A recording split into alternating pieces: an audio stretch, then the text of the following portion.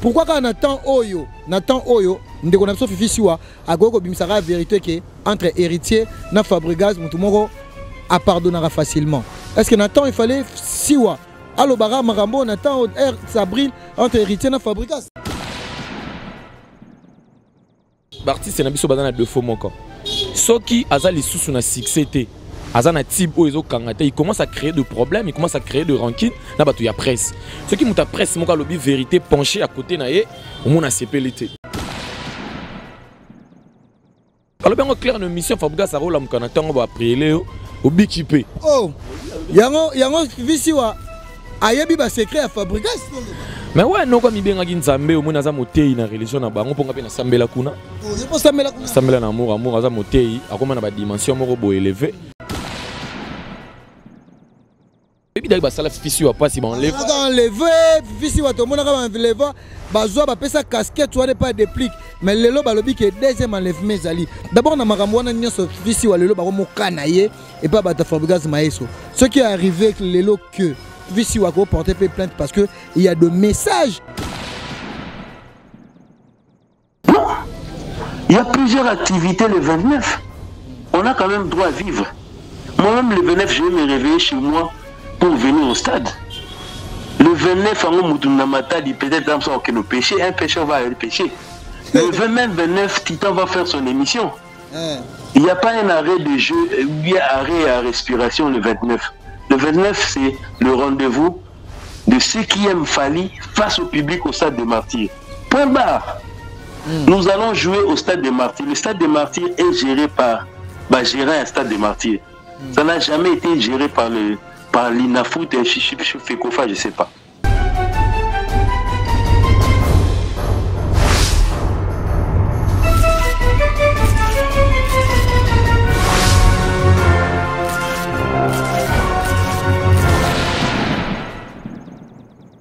Un grand merci à le fidèle internaute de Clébois.com. C'était la Peggy Titan, le Parallèle France 24. Un grand merci à vous, un grand merci à l'équipe technique qui m'accompagne. Merci à Jordi Fitir derrière la caméra. Merci aussi à mon sponsor Raoul Itonon, Prince de Diamant, Monté Makarine Nobiasak et pourquoi pas à notre patronne. Elle c'est qui? Elle c'est Pichou Mangaya Boss Lady. Un grand merci aussi à Tonton de la Nation Banda. Grand merci Nabatoto Agoma parce que tout à l'heure Mutoto Agoma mort na Kinshasa Awa.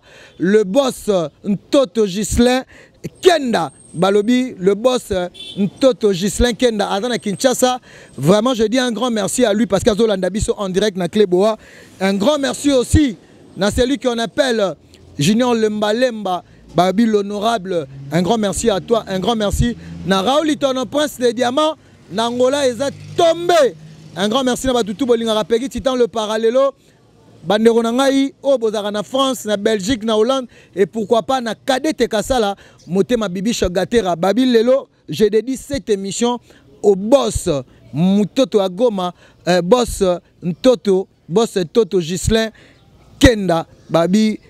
Grand prêtre Kenda Babi a Kenda mais azana Kinshasa Babi batoto agoma basali na bino yango minu salumi abari batoto agoma.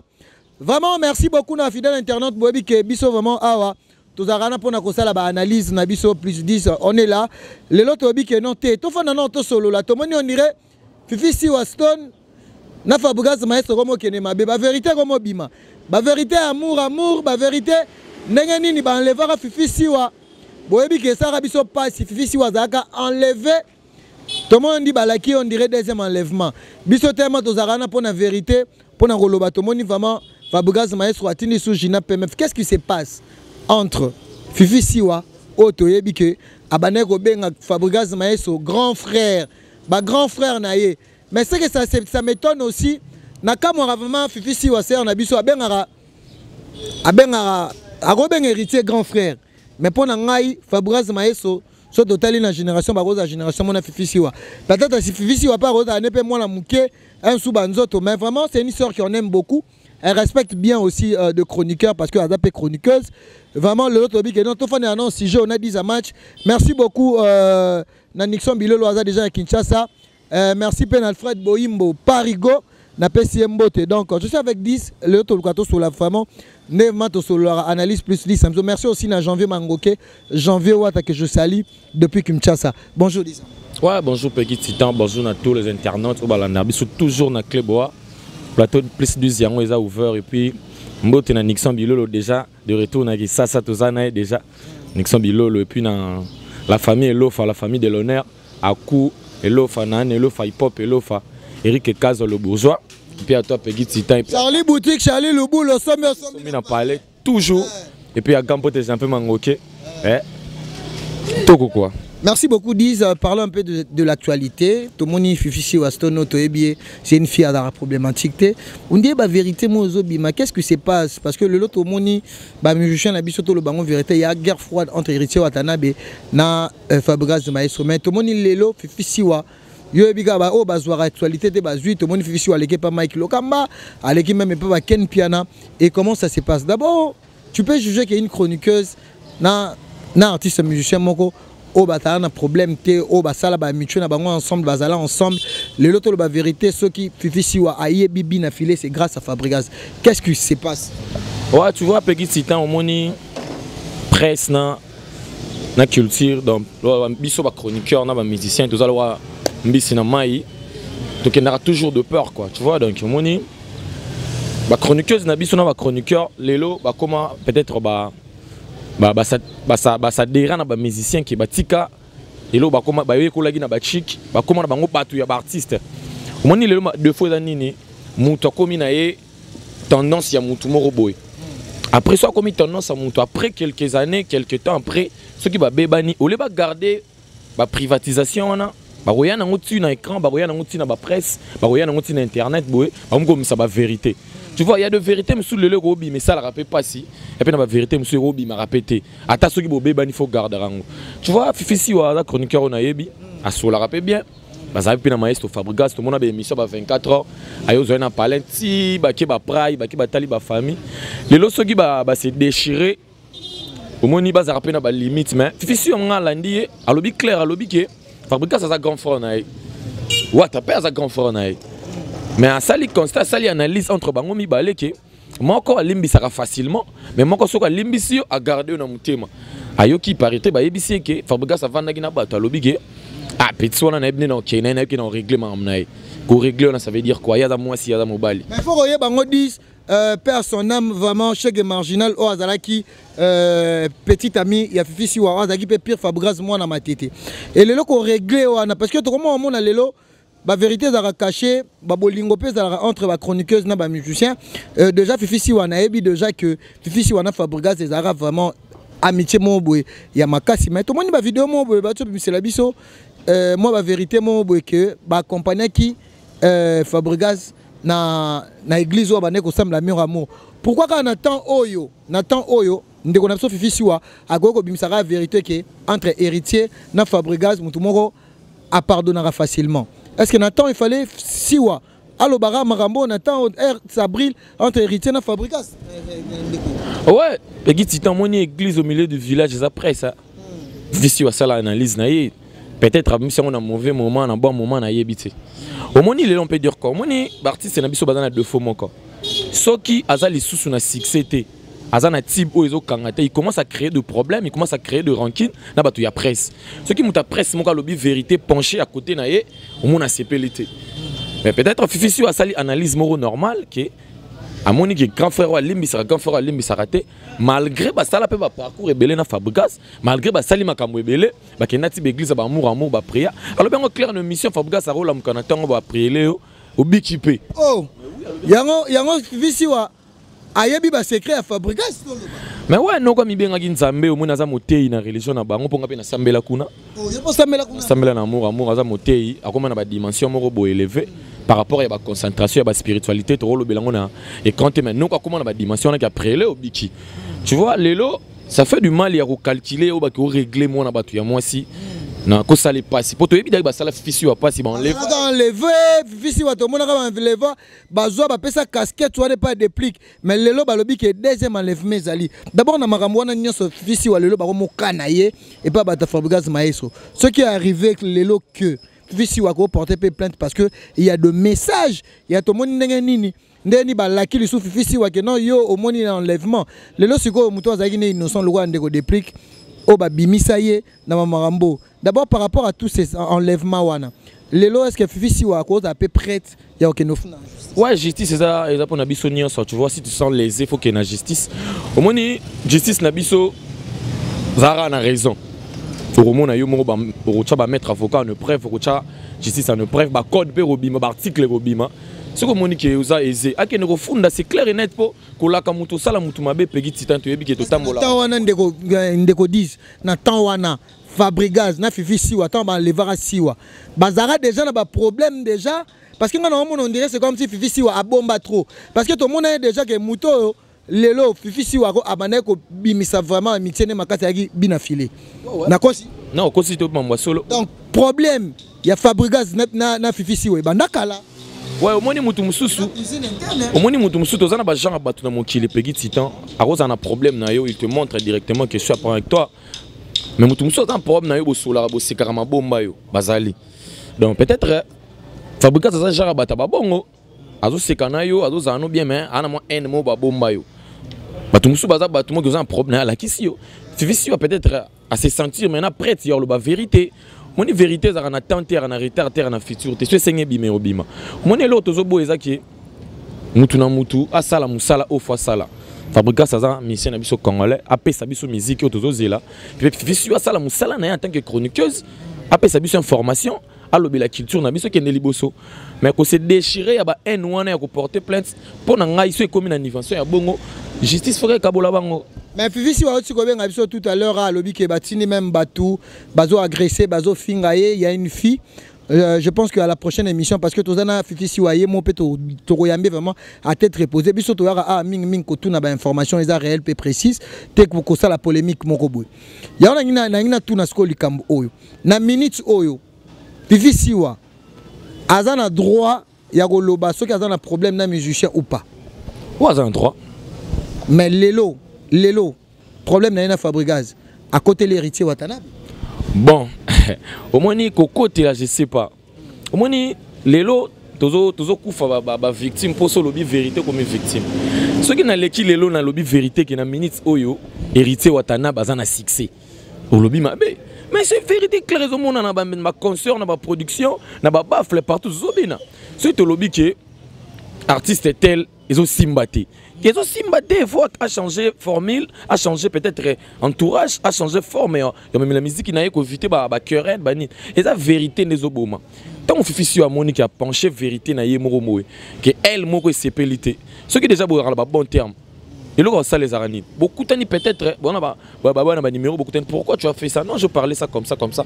Bon, arranger, on a des mots. Ceux qui déjà acquérir les communautés dans la dimension, qui n'a pas salon mabé, n'a pas réglé. Ils ont comment mabé? C'est que déjà au bomba déjà dossier mon robot, on a osé la gasse à la main, faut pas mon pop imisango. Pour qu'on se le dise, héritier na Fabrika, c'est pas na guerre forte. Oui, mais ça n'est musique. Ils ont un négatif, bah coûte na bah carito chana bambeli, mais non. Parler musicalement clair, yo le big n'a bêté l'hôtel. Bon, on a bêté hôtel salle ni obeta ngapena beta salbo yango na sala force qui na travailler pour na leka mutu pour ngana ye tozana moi guerre yango sala force à musique yango sala ba vena biso ba wira na ba jibe qui a pesi makamu vento na pesi papa chera pesi makamu ye boy musique ke liboso mais ça te ke ba mamo boy ko yana ba sex tap ko yana mamu ngana lekio na ba palin ngana lekio na mbongo na pour ba compte bancaire du visate eza musique ité parce que Watanabe c'est polémique et puis Watanabe lobby clair na landa ki na bike il y a un artiste congolais à fonder une ambassade il y a artiste en côté mais à défendre il y a un lobby clair qui est qu'il faut estimer chaque artiste naie à ça les bango estimation le baba banina artiste né tout ce que ça normal Burkina Bango States comment que nous fondons artiste congolais en ambassade pourquoi pour gagner quoi gens sensité au moni so komi ba dimension ya ba kanda wana komi ba un mois ba bongo c'est que ozo na musique ozo kokande souti pour artiste au so moni que simita zonga rappeler avant de réfléchir à l'outil va parler à créer inspiration et bah ça les locaux bout aux ongi na marché muto ozonga na type mo peki titan na type mo ko zongi nyoso kalesile na type mo pour gagner vie donc ce que monique zo koka so musique té zala na kata musique obima na hors musique té vous comprenez ceux qui ont la musique aux coca sauté sur le terrain dans un match au mot créer ba buzz non tout parlons caca musique tout le monde dans un berrère naïe l'œuvre humaine n'est jamais parfaite n'ta parfaite c'est tout ça la berrère mais sur le terrain parlons musicalement l'élo na musique l'élo vérité ça que Fabregas azana succès Wata azana succès salon Fifi Siwa. Oui, c'est clair et net. Ça se montre dans ma production, ça se montre dans ma contrat. Les autres, ça n'a pas fait, n'a pas bafflé. C'est clair et net. Fabregas me dit qu'il a 35 ans d'âge. Ouattazana 40 ans, moutam kolo azate. Et ça, c'est que na bêta, non, faut bêta. Quand tu as que na bêta, papa ba kofi ba olobani. Mais Tisco veut quoi dans le terrain? Tisco va créer ba buzz. Tisco va le bêta ba new arena. Artiste, artiste, musique, artiste, œuvre, nkoloka ochazolo likolo. Revenons un peu à l'image de Fifi Siwa quand elle était agressée. Image on a sur Steve Lab et c'est la biso et yango.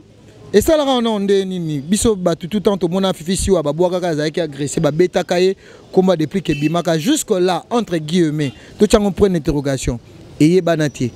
Tout le ba lelo Fifi Siwa c'est comme si on a un problème na batu oh il règle ça en coulisses aussi. Revenons un peu dans l'image.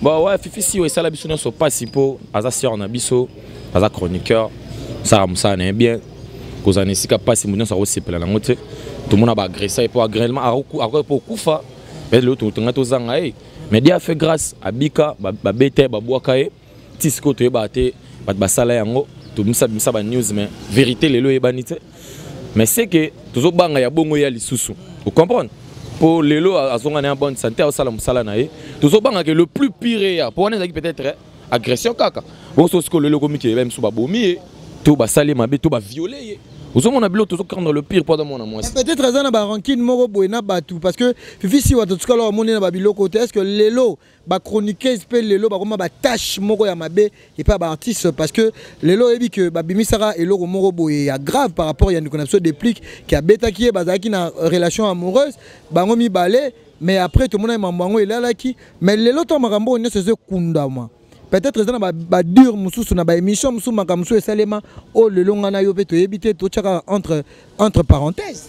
Ouais bon pour moi Fifi Siwa a réglé peut pas passer naé atala na ba chambre noire na ya vie. Qu'est-ce qu'il a fait aux gens? A salala musu mutu mo mabe a Lucas Senga peut-être pardon to a un artiste mo bo a un problème naé a Lucas bon il y a des choses les lopé va passer ba tu rattraper dans le futur hein. Au sala passé au sala mabé mo bo rattraper dans le futur et puis les locaux ko créer lo ban nous tu vois azapé mutu a pe na ba passer na e pour outa rapé ba Luanda qui na pe ba Afrique du Sud azala pe ba place belé peut-être atala na simana ye soir na ba problème na batu to liboso na ba problème na nan mais so ka constater que azana ba problème na batu te que so ka musala zo sala na TVND zo mouye batu là c'est clair et net je sais c'est quoi ta makambo on a pour presque au milieu du village. À côté de Moutou, dans un Fabregas, mais on le bagarre vérité. Est-ce que Nathan peut Fifi Siwa il fallait le bagarre la vérité à Fabregas?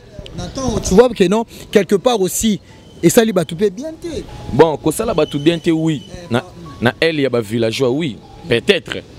Mais quand c'est dit de vérité, ce qui peut-être équipe n'a pas de coca sauté. Quand même Fifi Siwa n'a pas mal parlé sur Fabregas hein.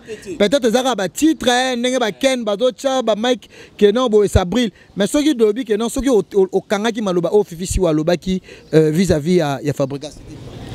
Nga lobika qui entre les deux frères. Moi quoi limbi ça facilement. Moi quoi limbi ça m'a gardé. Il est constat salagi yangwana.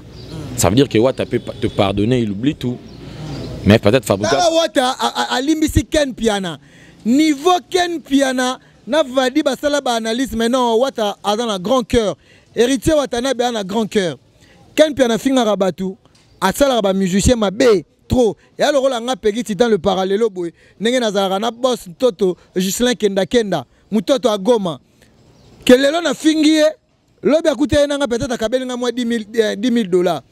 Donc ça veut dire qu'il faut les loto lukarapé que non. To soigner rapé, to eba ko respecter rabatu parce que tu es bilobité. Aux hommes pas tu es bilobité, dit il parle très bien. Et ça muto ko a pardonner facilement, mais muto pardonner facilement, ça zo baté dit. Oui. Ça soit pardonner. Au moins Wata outsna ba moment mo ba beta retirada. Accrochant da zelaté. Mais tout le monde n'a jamais les cas na TV ça là ba en mon sérieux peut ba na succès ba lagi. Mais notre travail kaka, à travailler au préparer kaka. les lorsqu'on résitait à mon thème, tu vois, sur l'année où tu as un TV au plaisir, il parle tellement bien. À ça, la analyse très intelligent. Tu vois, malgré la succès, on a posé, tu as façon, tu n'as jamais répondu. Mais les gars, les lots, tu as fait tour de contrôle. Ils contrôlent tous. Le mélange des mots, rien à dire. Au moins, et comment on va misser, tout n'a pas fini, comment on va moi noir. Chambre noire, ça les aussi mbatté. Mais le but est qu'il faut baisser le bras. On va baisser à brater. Il faut travailler toujours. Mais ceux qui ont comme un moment où tu commences à créer des problèmes, tu commences à gérer le genre, comme bima la musique. On est comme ce mabe. Mon qui va tout me calculer que moni c'est que à l'album tu l'as pour y finir rabatou pour y rabatou. Mais quand tu fais ton travail à tes aussi maté mais au promouvoir que si mazo lo ba bien ozo respecter ba kulu tout ça la marambo et ngo ça là ya bien au moins que joue album nze mono moko ko accrocher biso nyo surtout ya pour te artiste ana sola bien artiste ana grand cœur artiste ana zarabo il y a une musique vous comprenez ce que je peux dire. Pour conclure maintenant, qu'est-ce que tu veux dire à Fifi Siwa? Il doit retenir quoi pour conclure? Fifi Siwa, c'est notre sœur, c'est notre consoeur. Moi, je l'aime beaucoup vraiment parce qu'il me considère beaucoup. En plus, ça respecte Anga. Par rapport à Yamamo, le Kanatulbagi, qui est non, n'analyse plus d'Isto le Belango. Qu'est-ce que tu comptes à parler à Fifi Siwa? Ouais, c'est ce que je peux dire à Fifi Siwa. Aza ne posé, Atamoula, Asala Moussa nega bien, Azala dans le milieu du village, Asala Moussa la presse et ça là. À la gauche, à la droite, il y a des problèmes à arranger. Et puis, dans la démocratie, ce qui s'est senti aisé, à la justice. Justice, c'est Kaboli Bisso. Pour tout le pur et à poser moi. Merci beaucoup à toi, Charlie Boutique, Charlie Luboulona, Garatasara, Yohana. Aux en a besoin, ou ta chemise façonnable, tu as un arrivage à Sikamikolo, tu as bien un Mobutu. Donc, le on a besoin, là, ta kitoko, là, ta classe, là, ta fashion. Charlie Boutique, adresse, c'est Moko Kalami, na Kinshasa, Awa. Todo Fungula sous boutique, Moro na Kinshasa, Awa. Donc, merci à vous, Nabatutu, Bozan Afrique, partout dans le monde. Au Bozo Benganga pour Charlie Boutique, le manager de Charlie Boutique. Merci aussi à celui qu'on appelle Raouliton, Prince des Diamants, Kadete Kassala, Motema Bibiche Gatera, n'a pas un grand merci. Pas tout Kapangala, il y a Suzy Koutikou valeur 10. Tu l'as dit, tu l'as mouki, Jazz Kavoulou, Aye Soussou.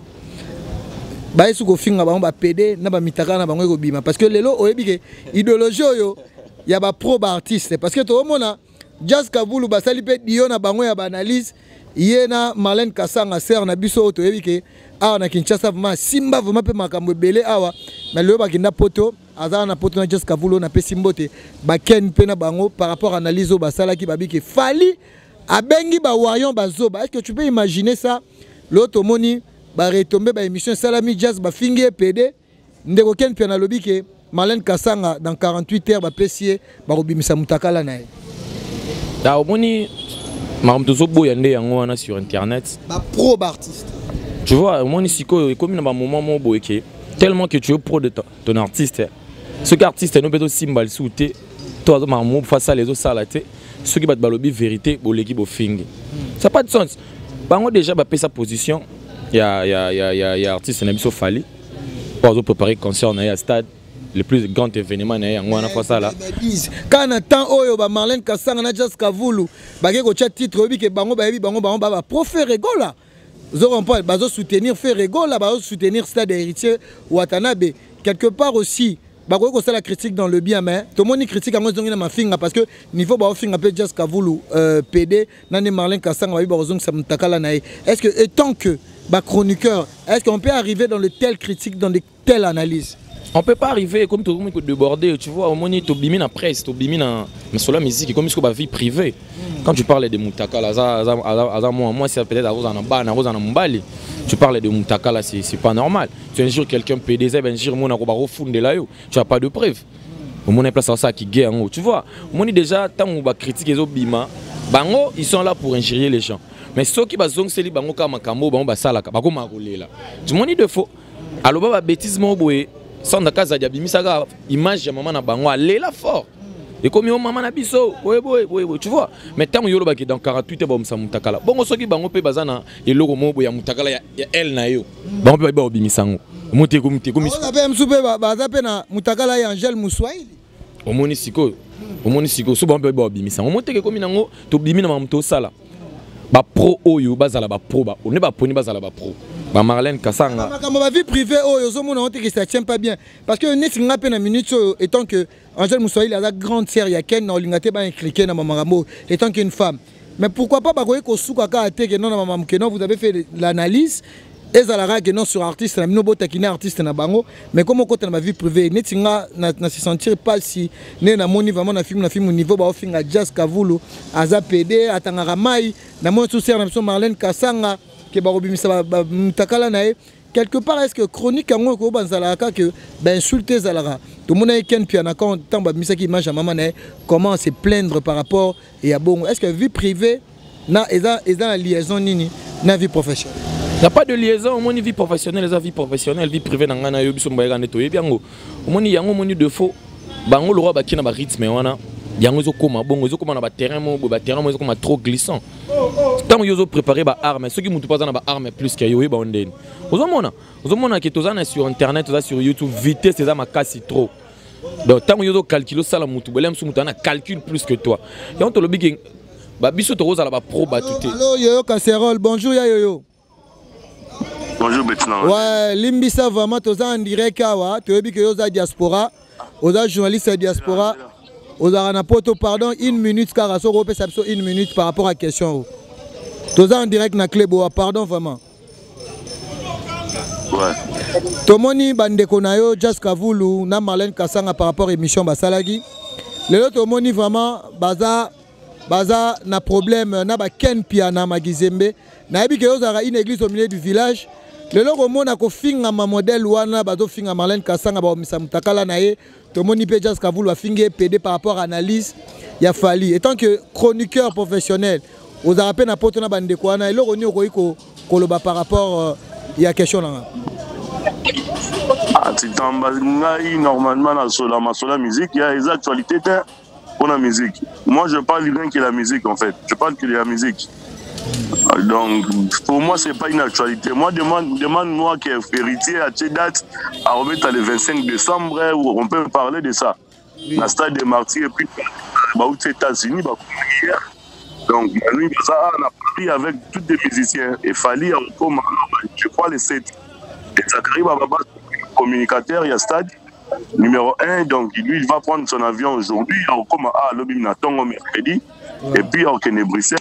C'est ça. Ah. Voilà ce que je peux parler. Moi, je parle que de la musique. Ouais, parlons maintenant de la musique. Ouais. Comme tu m'as dit au milieu du village. Ouais. D'autres problèmes là, ce n'est pas l'actualité musicale en fait. Ouais. Donc, voilà ce que je peux te dire. Parlons un peu de Fali. Bino Kuna sensibilisation Zandengenini. Et comment on a fait concert en haut, il y a stade de martyr, où vous avez le 29 ans. Ouais, mais c'est une très bonne question.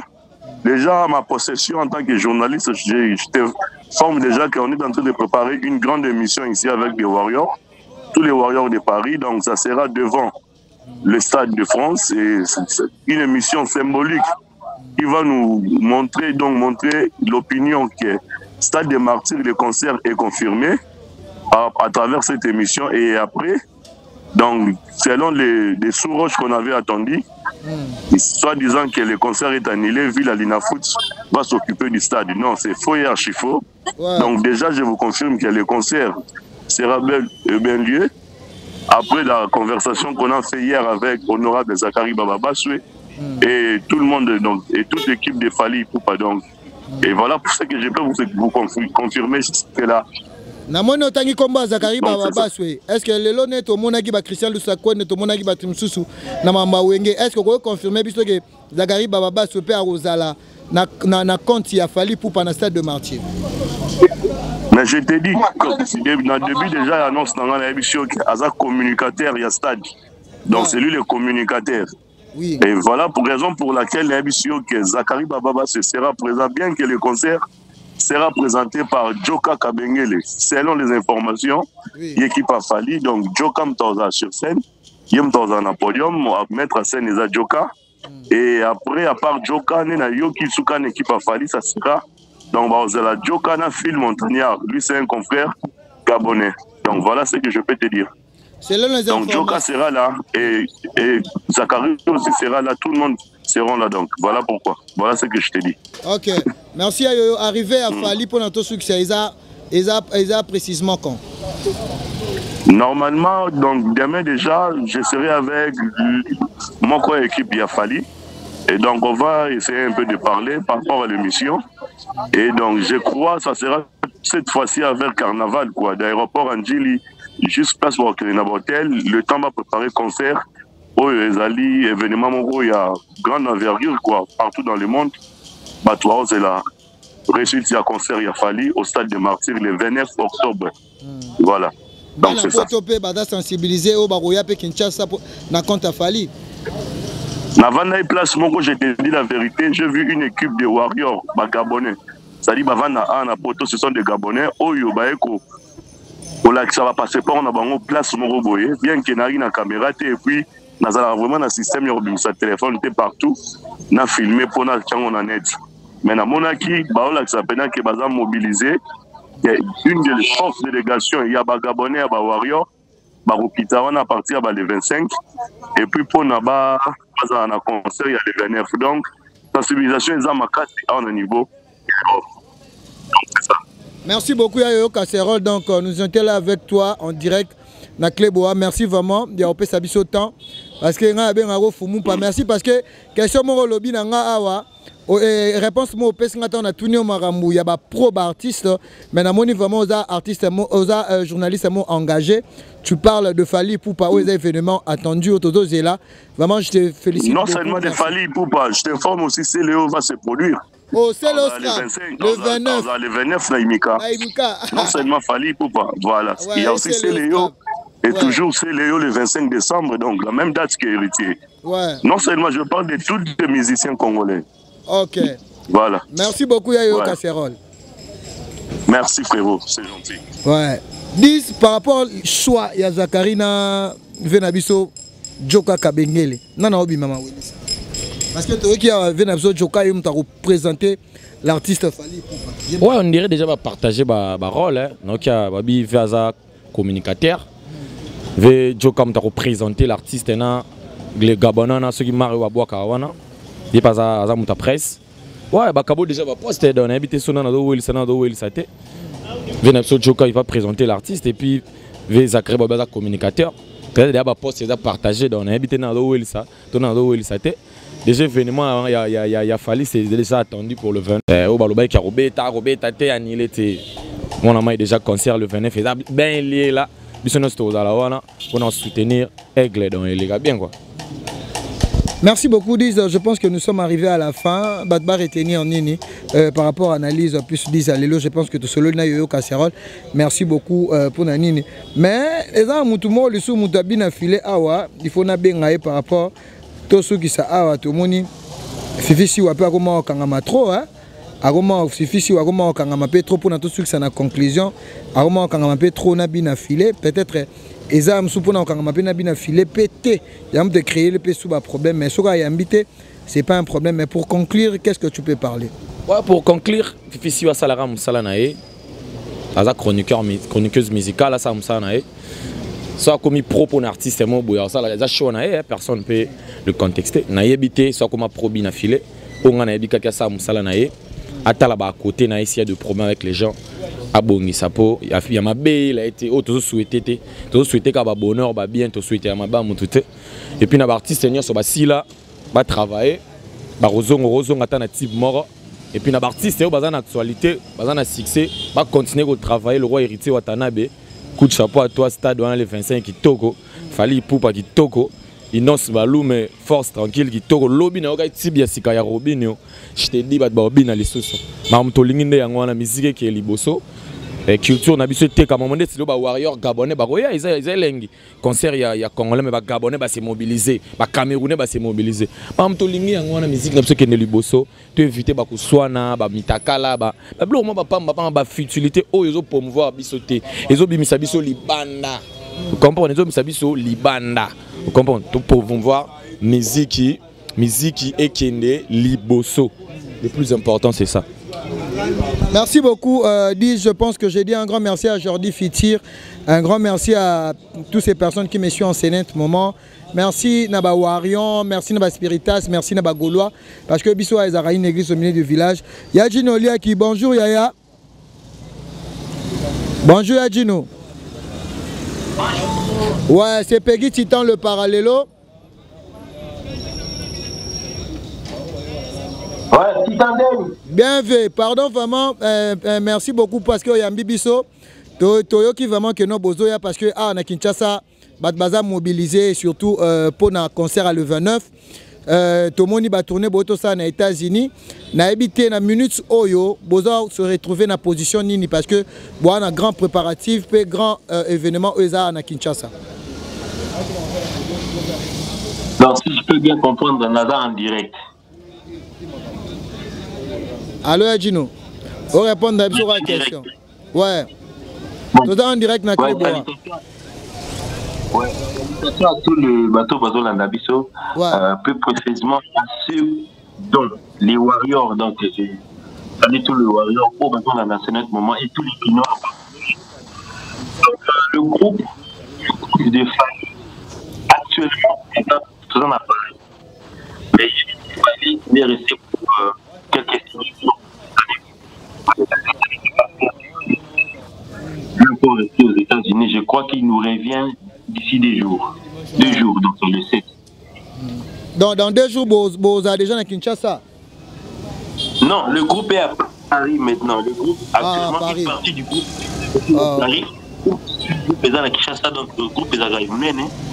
Donc s'il faut le dire, donc il y a une partie du groupe à Kinshasa. Donc partie où il y a ça qui se dans Paris, donc ça qui n'a pas dans la soirée quoi. Ouais. Tout à Paris. Mais il y a une polémique moi le Canada par rapport à Fekofa na ba Warion to moni vraiment a batu bazaya ko silka makasi to moni lettre mob et circuler na internet par rapport que et coïncider les jours où on a championnat na habité est-ce que organisation il y a bino ndenge vraiment ndenge besoin qui organisation par rapport il y a date wana le 29 est-ce que vous avez surpris par rapport il y a match à l'Inafoot? Je ne veux pas faire la polémique entre le sport et la musique. Bon, bien entendu, donc on ne peut pas faire la polémique. Oui. Je vais seulement te dire, Titan, le stade des martyrs, comment en fait, c'est son appellation, c'est stade des martyrs. Ça n'a jamais été appelé stade Fekofa, ainsi de suite. Donc, l'Inafoot. Donc, comment au stade des martyrs. Je pense que comme la l'Inafoot, elle a la potentialité belée. Ça peut faire jouer un match de Lubumbashi à Kisangani. Ça peut faire jouer un match de Kananga à Bandaka, par exemple. Oui. Donc, ça veut dire, le programme à l'Inafoot, tu sais, aujourd'hui, nous sommes entourés par le bas monde Internet. Nous, qui n'est pas sali moi programme Naïmo Bouyaba match. À Internet, Titan. Pour la ligne, il y a un match à le 29. Match moi et lobby. Pourquoi autant y a pourquoi match moi et le 1er décembre, il y a autant y a pourquoi match à Batu? On dirait concert na bino zo bangisha batu. On dirait concert à le 29 et bangisa. Oui. Aux chances autour aux Zwingaï. Là c'est ça. Pourquoi quand un match à le 29 il veut déranger Batu? Non. Il y a plusieurs activités le 29. On a quand même droit à vivre. Moi-même le 29 je vais me réveiller chez moi pour venir au stade. Le 29 peut-être que nous pêchons, un pêcheur va aller pêcher. Le 29 Titan va faire son émission. Il n'y a pas un arrêt de jeu ou bien arrêt à respiration le 29. Le 29 c'est le rendez-vous de ceux qui aiment Fali face au public au stade des Martyrs. Point barre. Nous allons jouer au stade des Martyrs. Le stade des Martyrs est géré par gérer un stade des Martyrs. Ça n'a jamais été géré par l'Inafoot et Fekofa, je ne sais pas. Donc c'est un grand ligue, la l'Inafoot, auquel nous avons sous-estimé. Mais je ne pense pas que pour une journée du 29, l'Inafoot fait et ça 4 matchs. Non. Calendrier, ils ont la date est belée. L'Inafoot est pour même le 1er octobre, par exemple. Donc aujourd'hui, le cas de stade babana il liboso nanu bafuta stade été au stade yebi bangote le 29 ainsi de suite. Pourquoi quand autour de la date du 29 il faut ba branche ba rapprochement dans les bélés. Sur match au Betama. Match peut-être au Betama on peut à 10h. Ah ouais. Et si ni na midi biso te au Beta. Ah ouais. Pourquoi le 29 on a match peut au Beta on a 20h. Ah ouais. Mais je suis de 20h à minuit. Il y a stade olympique place du Beta, stade de Mathieu Gaillard. Écoute, le match de football on a pu go on a stade de basket. Tout comme peut go le Beta on a terrain il y a qu'à la stade de Martyr, la terrain de belé na Simaguna. Pourquoi tout autour la stade de Martyr il peut y avoir plusieurs événements dans le stade de Martyr. Ici, quand on va dans stade de Martyr, va t'égater. Nous tous dans la tega na ba kamundi dans stade de Martyr. Ah, on tega pega jour wana. Donc le 29, soyez-en sûrs, ceux qui ne sont pas sûrs qu'il y ait, je ne sais pas, peut-être catastrophe naturelle ou l'État ait une décision moussous. Nous allons prester au stade de Martyr le 29 octobre. Point à la ligne. Question, monsieur Zate. Merci beaucoup, Gino. Merci pour la précision. Mais pour la dernière question, Babina Tunayo, ce qui c'est la toute première fois, Bobet à 80 000 places depuis F Victime et Banda. Parce que tu as dit que Bobet est déjà dans le stade, mais c'est la toute première fois, Bobet à place à 80 000.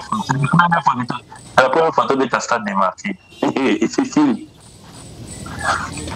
C'est la première fois que Bobet à stade de Martyr, donc c'est bon. Stade de Martyr, peut-être on a l'occasion, il y a Papa Tshisekedi et ainsi de suite. Mais aujourd'hui, jouer la Stade de Martyr en tant que musicien, en tant que tête d'affiche, je crois que c'est la première fois. Merci beaucoup Gino Liaki, le DA. Question, monsieur Zate.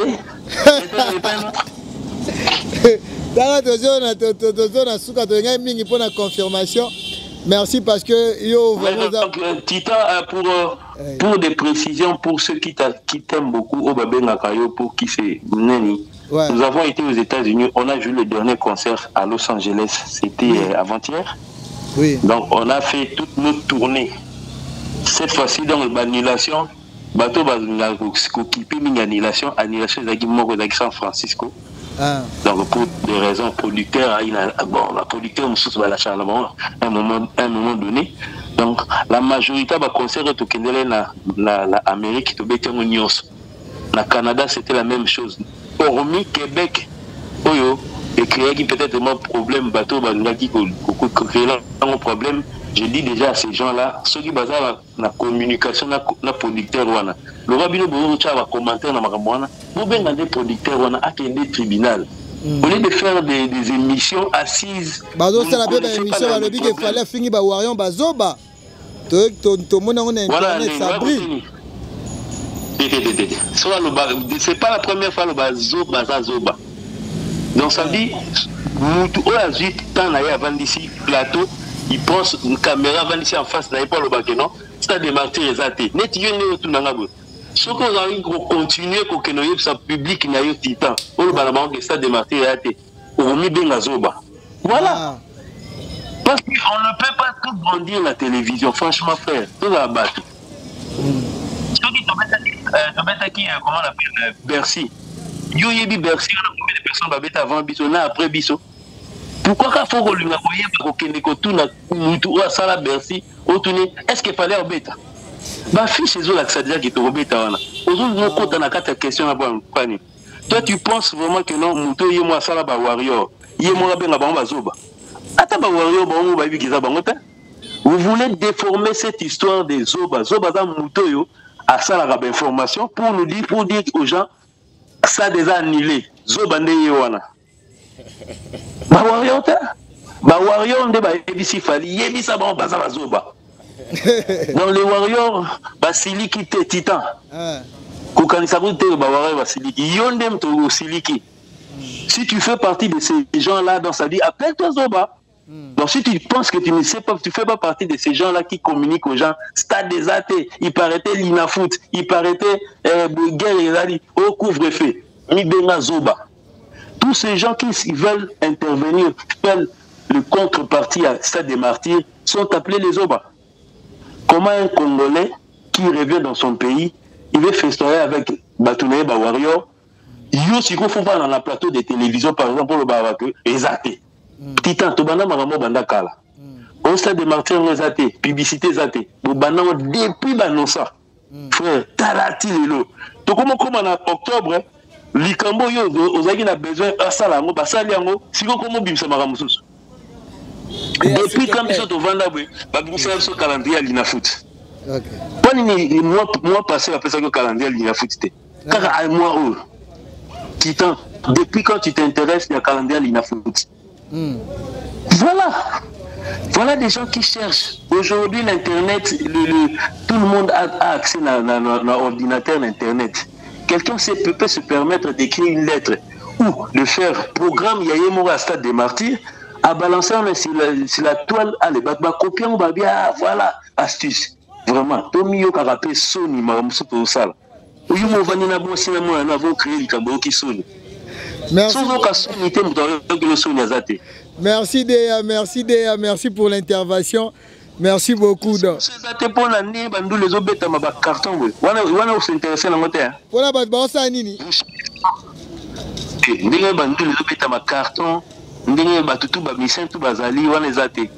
voulez seulement chercher la Dinafoot. Non, Titan, tu connais l'adresse de la Dinafoot. Quel est le micro va nous reposer la Dinafoot. Dans mon calendrier. Ouais. C'est bon. Tellement à tel point que non, on a vertige. Merci. Titan. Ouais. Après Stade des Martyrs, tournée africaine. Date on a Moussou. Événement à terre. Ezali. Il n'y a pas d'événement. Non, mais un musicien fait son exploit aujourd'hui. Il a carrément fini sa tournée européenne. Il a entamé la tournée américaine en commençant par le Canada, États-Unis. Est-ce que vous ne pouvez pas vraiment, vous, journalistes, investigateurs, dire au moins bravo à Fali et seulement chercher à créer un trou pour lui? Frère, Aza tracteur a redoublé les dessous. On n'a pas où la tracteur, les boules pour Dinda. Il n'y en a pas où. Merci beaucoup. Merci beaucoup. Je profite pour dire, non, à travers ton émission, je profite pour dire à un journaliste. Bon, Jazz Kavoulou. Jazz Kavoulou, Malin Kassanga. Nan. Ah, ben,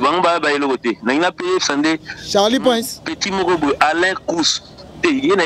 Alain Nani. Zoba Azaka Kazoba. Azalaka à Paris. Il est vraiment Azaka Zoba. Donc, il préfère mettre le bâton dans le roue. Donc, moi, chez nous, ça, il y a moi 6 000 abonnés.